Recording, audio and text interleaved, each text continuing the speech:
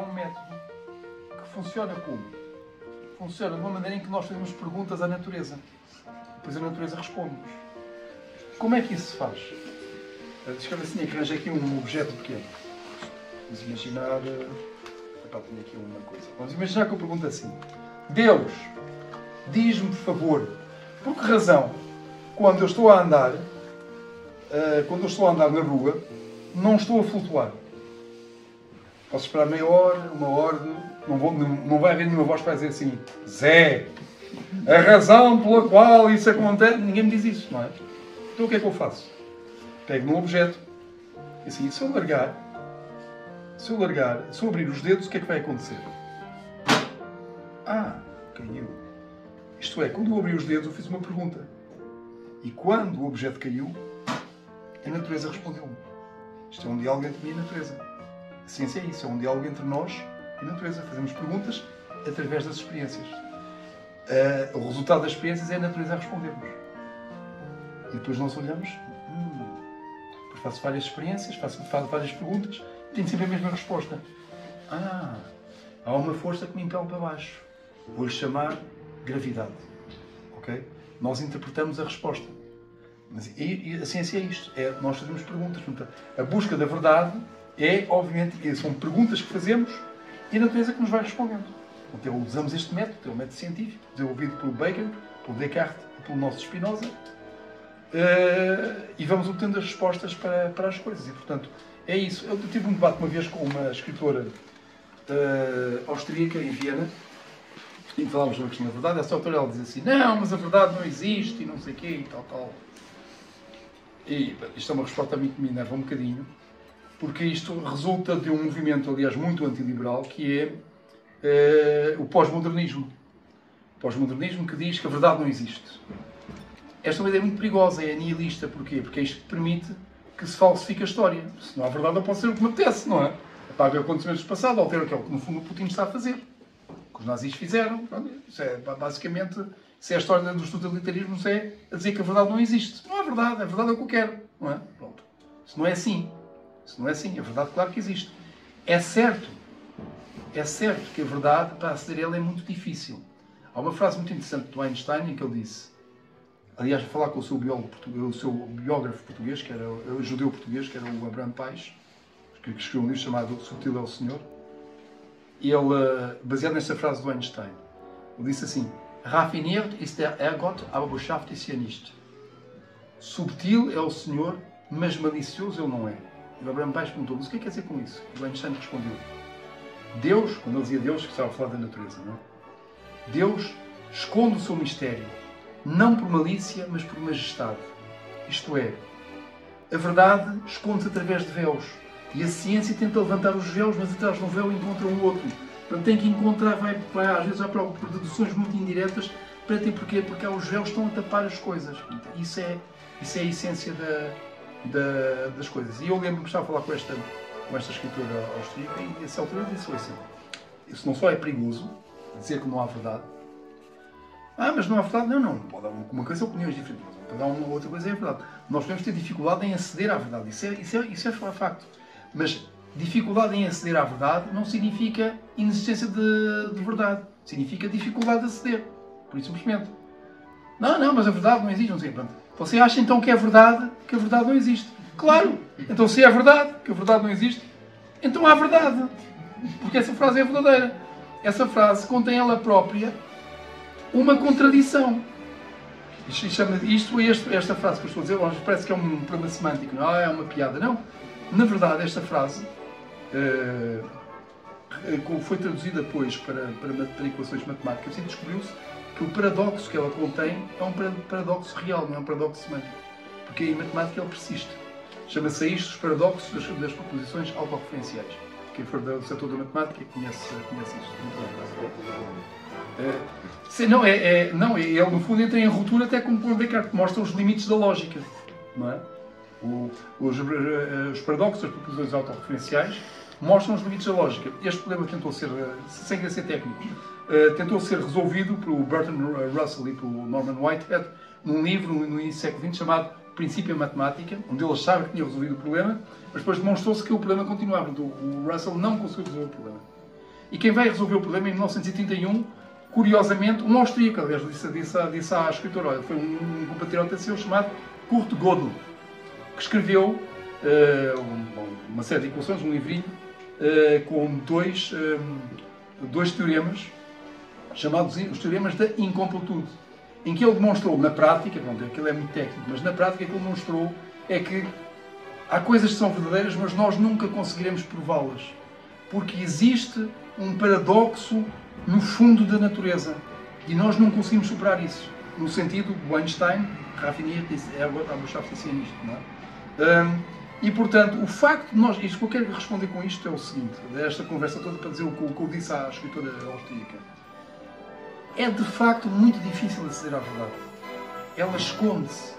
E, portanto, nós arranjamos perspectivas da verdade, não sei o quê. Mas ela existe, ela está lá.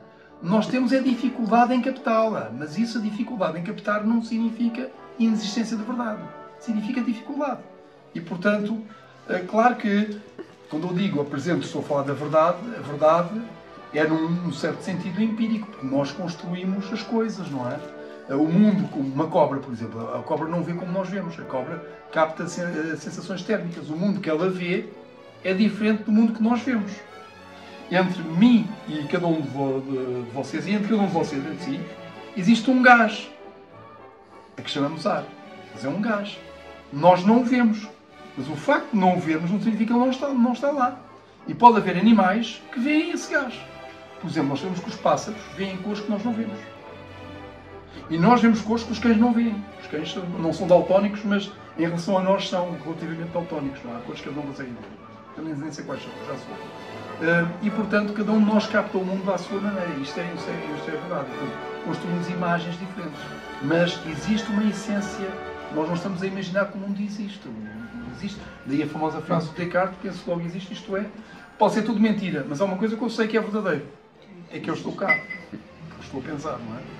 E é esse o sentido. Ainda uma pergunta sobre a busca da verdade, um pouco certamente elementos de previsibilidade, onde é que vê o mundo daqui a 10 anos? É muito interessante a sua pergunta, no fundo eu tratei desse tema no Imortal, tem a ver com a inteligência artificial. Existe tem um personagem desse romance, que aliás é personagem também do próprio Holocausto, que é o Kurt Weill. Kurt Weill é inspirado num pensador americano que é que eles chamam um futurologista. E esse pensador fez várias previsões que ocorreram. Uma ele disse, olha, a União Soviética não aguenta mais 10 anos. Vai cair, depois aconteceu o mesmo. As pessoas diziam, isso é impossível acontecer. E depois perguntaram como é que ele acertava. E ele disse, é interessante porque o mundo é previsível. Mais previsível do que nós pensamos. O que nós temos dificuldade é em perceber quais são os eixos dominantes que condicionam o futuro. É um pouco como nós vamos a conduzir. Okay? Vamos a conduzir. Olhamos para a frente num nevoeiro, não vimos nada. Olhamos pelo retrovisor e é tudo muito claro, não é? Já viram isso? Já vos aconteceu. Nós, o passado, é tudo muito claro. Mas o futuro é como se fosse um nevoeiro. Nós não estamos ali a avançar quase às cegas, não é? E, portanto, a capacidade de prever o futuro não releva da astrologia, releva de algumas pessoas, designadamente esse americano, que é capaz de olhar para os eventos e perceber quais são as forças dominantes que vão condicionar o futuro. E, portanto, a partir daí, ele dizia assim, quando nós percebemos quais são as forças dominantes, tudo o resto é quase dedução, não é? E ele tinha uma série de previsões que se realizaram. E ele veio com um conceito que é interessante, que ele diz que nós estamos num momento em que a previsibilidade existe em determinado paradigma, mas nós estamos num momento de aproximação de um novo paradigma, que ele chama, e a mudança de paradigma chamam isto de singularidade, que é um conceito relativamente matemático, não é? Singularidade. Singularidade, o que ele diz em história, o que é uma singularidade? O aparecimento da agricultura. Os seres humanos estavam todos ali, andavam de terra em terra, epá, agora aqui há peras, então aqui tinha peras, depois acabavam as peras, ok, agora vamos para outro sítio, eram nómadas, não é? E há um dia que alguém inventa a agricultura. E quando inventa a agricultura, tudo muda. as pessoas deixam de ter que andar a ser nómadas, não é? E passam a radicar-se num sítio. E ao radicar-se produzem comida, não é? Já andam anos todos, não precisam andar com a casa às costas. E começam a construir casas, depois juntam-se, depois construem cada vez mais casas, depois aparecem as cidades, não é?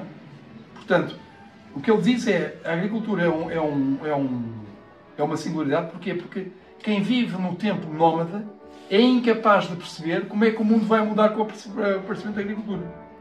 Depois da agricultura aparecer, então nós já conseguimos perceber quais são as tendências, então conseguimos deduzir uma série de coisas. Ele dá outra singularidade, é o aparecimento da escrita. A escrita muda tudo. Porquê? Porque a nossa memória era verbal.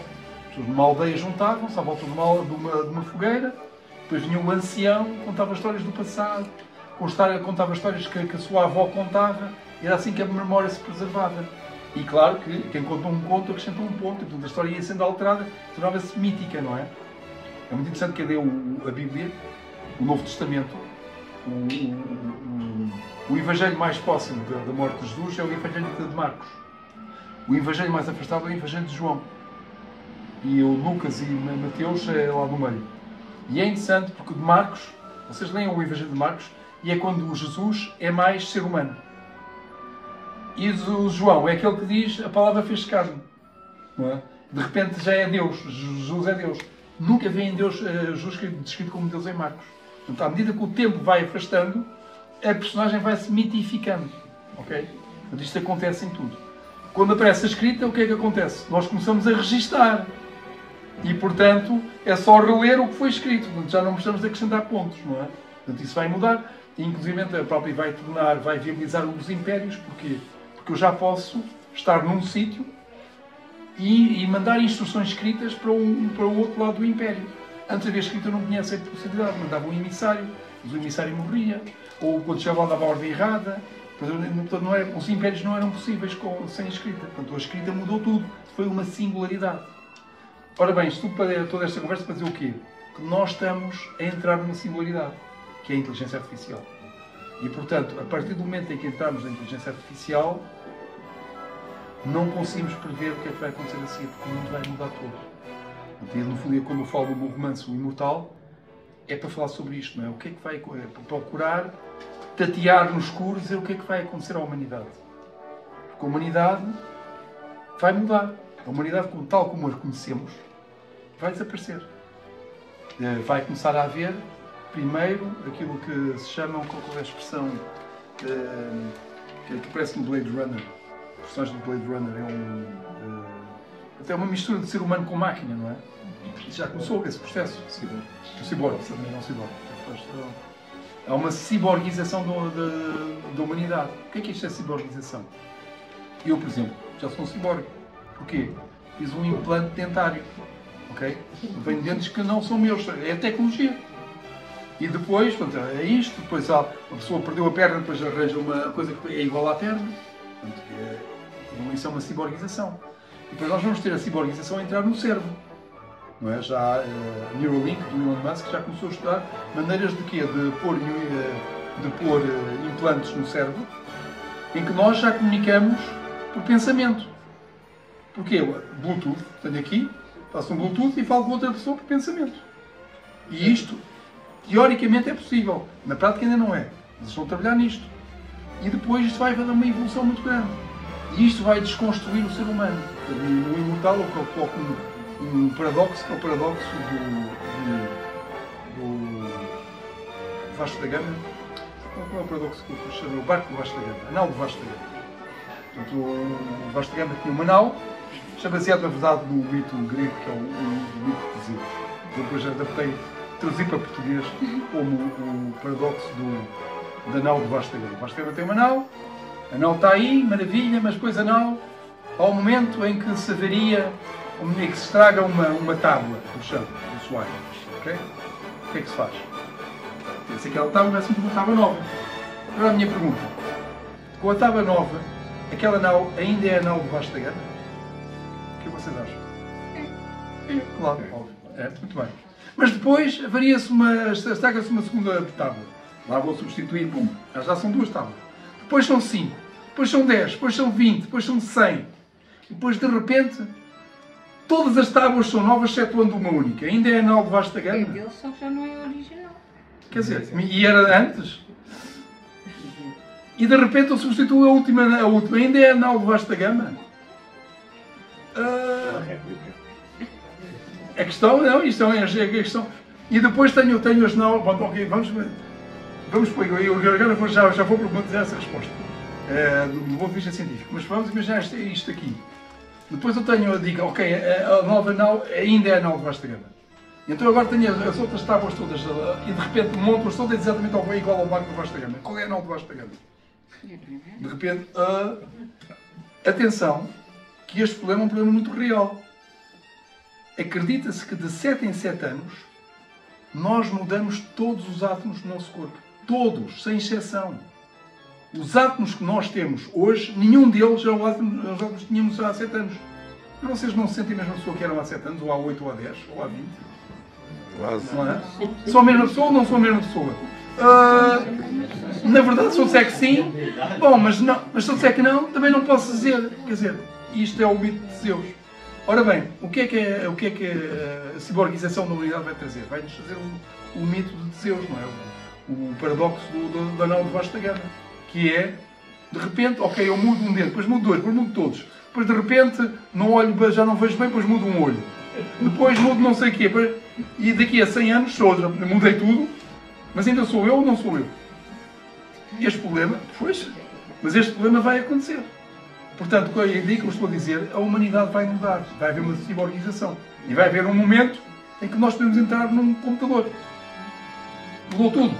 Mudou tudo. Bom, já deixamos de ter pernas não sei o quê, mas mudou, mas continuo a sentir meu. Mas será que sou eu ou não sou eu? Estes são problemas profundos e acredita-se que este problema vai ser colocado à humanidade. Enquanto tiver a memória do eu, se calhar Exatamente, e a sensação de eu.